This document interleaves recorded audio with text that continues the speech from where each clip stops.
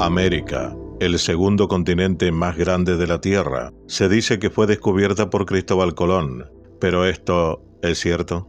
La polémica sigue suscitando controversias, donde cada vez más se afirma, ya sin lugar a dudas, que Colón no fue el primero, sino el último en llegar. Otros lo precedieron, pero que en los anales de la historia escrita nunca fueron incluidos, o que debido a recientes descubrimientos sabemos de ellos, y porque en definitiva no se tomaron la molestia en actualizar los libros de historia, por motivos que desconocemos, pero que imaginamos, llevando hasta la fecha una mentira de 530 años que merece ser develada.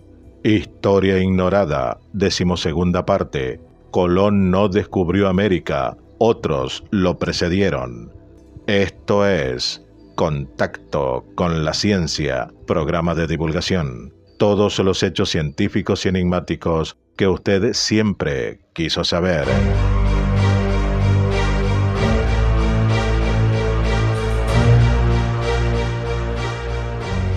Han sido incontables las teorías que han intentado explicar que Cristóbal Colón no fue, ni de lejos, el primero en llegar a América, nombre que tampoco existía, aunque haya en España un recuerdo cada 12 de octubre de tal evento, que para ellos es un día festivo, a pesar de los más de 55 millones de muertos de personas nativas y el cambio climático que produjo en el nuevo continente, una consecuencia fatal y genocida de aquel encuentro de dos mundos distintos.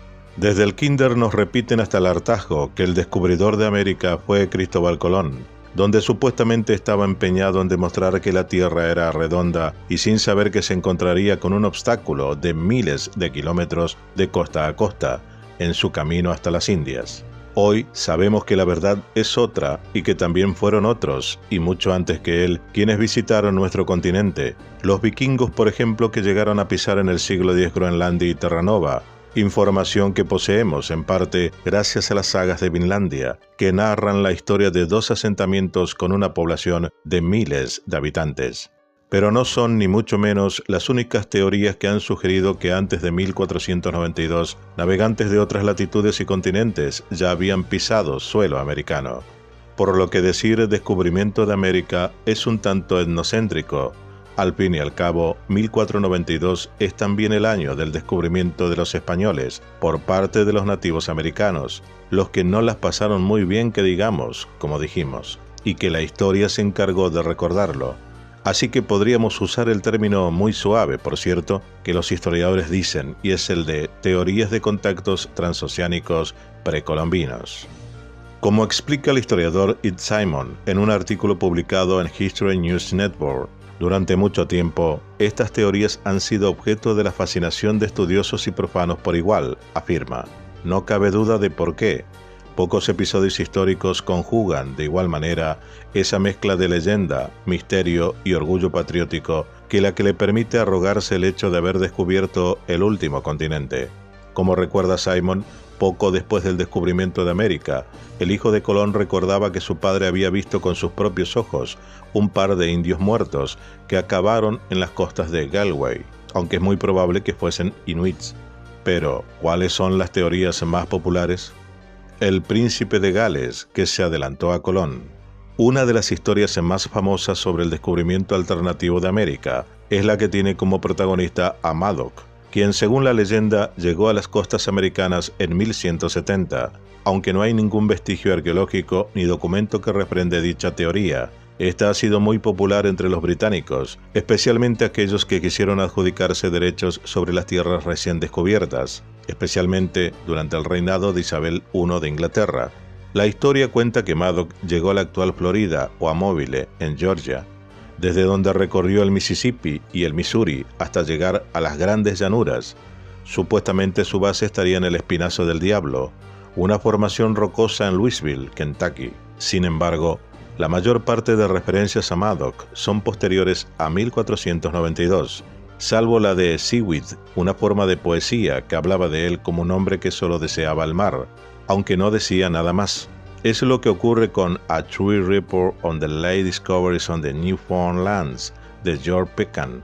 Además, hay testimonios del siglo XVII que dan fe de una extraña imbricación entre nativos americanos y galeses o del hallazgo de Biblias escritas en dicho idioma en poder de los indios.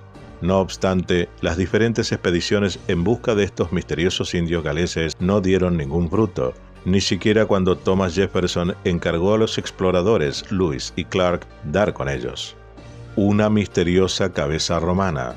En 1993 tuvo lugar uno de esos hallazgos que descolocan a su descubridor. Se trata de una pequeña escultura en terracota que mostraba la cabeza con barba de alguien con rasgos tremendamente europeos, y que fue encontrada en un cementerio de Toluca, en México, datado entre 1476 y 1510. Como señalaron los expertos de la época, podía ser perfectamente una obra de arte romano del siglo II después de Cristo, solo que unos cuantos miles de kilómetros más allá del lugar esperado, ya que nadie ha conseguido demostrar ni que terminase allí a través de un contacto entre culturas de hace 2000 años, ni que fuese un producto de un arqueólogo bromista. Hoy en día se considera un posible testimonio de la relación entre europeos y americanos en la era precolombina. Los fenicios, en todas partes. La Fenicia es la cultura comerciante por autonomacia, lo que provocó que buscasen nuevos mercados, incluso al otro lado del Atlántico. Según el estudioso Cyrus H. Gordon, los fenicios y otros pueblos semíticos llegaron a América, algo que defendió en su investigación de la tablilla de Bat Creek, que se encontró en un enterramiento de nativos americanos en Loudoun Country, Tennessee, en 1889. Durante décadas se consideró la prueba que demostraba que los hebreos del siglo I y II habían mantenido contactos con los cherokees, puesto que Gordon afirmaba que las letras de la tablilla podían traducirse como Judea. Sin embargo, la autenticidad de dicho documento ha sido puesto en duda durante los últimos años, así como las diferentes monedas de oro encontradas en la costa occidental africana, que mostraban un mapa fenicio para llegar al otro lado del Atlántico. Los egipcios también se apuntan. No podían faltar en cualquier listado en el que se den cita la arqueología y la especulación histórica más loca, pero hay buenas razones para sospechar. O si no, ¿cómo descubrió la especialista alemana en toxicología Svetlana Barabanova que hacían restos de coca y nicotina en la momia de la sacerdotisa Enuttaui?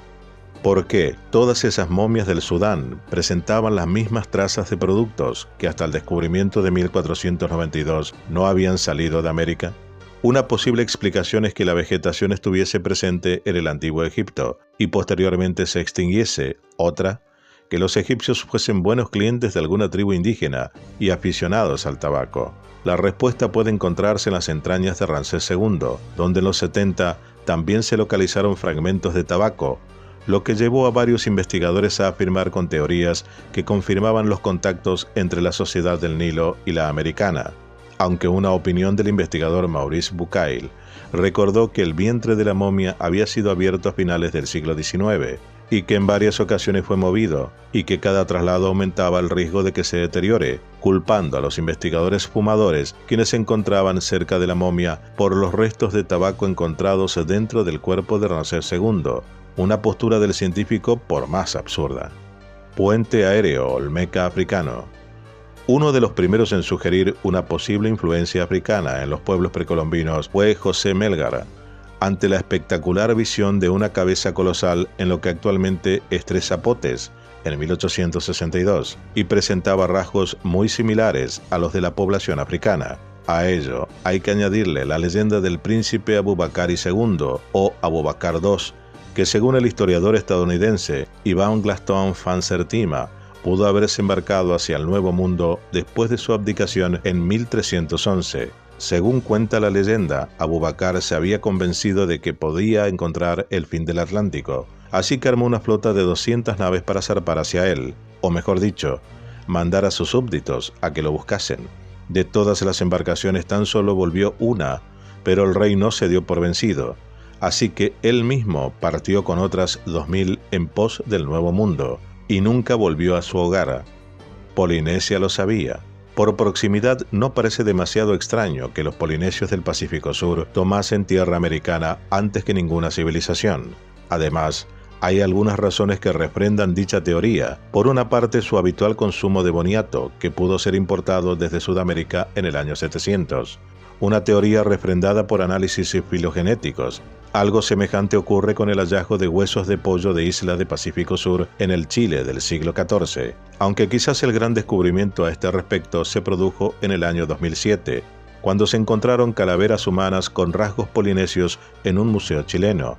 Desde ese momento, se ha realizado un gran esfuerzo para demostrar las posibles relaciones entre las culturas de una orilla y otra, como los estudios publicados en la revista Tissue Antigens, que sugieren una posible contribución genética de los amerindios a la población de la isla de Pascua y que muy probablemente antecedía a la llegada de Colón a América. La dinastía Jin en México. Según la profesora Betty Meyers del Smithsonian, aseguraba en 1975 que los olmecas que se desarrollaron en lo que hoy es México fueron poderosamente influidos por la civilización china del 1200 a.C. También se encontraron monedas de origen oriental en la Columbia Británica por un minero. Otras teorías relacionadas con China han florecido durante las últimas décadas. Una de ellas es la del británico Gavin Menzies, que en el libro 1421, el año en que China descubrió el mundo, aseguró que la flota del marino Chong Ho llegó a América unos 70 años antes que Cristóbal Colón. Otra teoría también sugiere que los misioneros chinos liderados por Hui Zhen, que llegaron a Fusang en el año 500, en realidad habían arribado a California, por la descripción que en sus escritos hacen de dicho territorio. El origen de los mormones. Aunque parezca inverosímil, los mormones afirman que su libro sagrado asegura que los habitantes de América antes de la llegada de Colón eran descendientes de las tribus semíticas que zarparon desde el Viejo Mundo milenios antes de que el genovés pisase las costas americanas. El libro de Mormón, otro testamento de Jesucristo, es, según la creencia de los santos de los últimos días, un registro de las civilizaciones que poblaron el continente americano desde nuestro lado del Atlántico, una de las cuales había llegado a dicho territorio alrededor del 600 a.C. Un registro de las civilizaciones que poblaron el continente americano, una de las cuales había llegado a dicho territorio alrededor del 600 a.C. Según Joseph Smith Moroni, el hijo de Mormón, le visitó en 1823 y le explicó cómo traducir el registro de su padre, que finalmente fue publicado en 1830.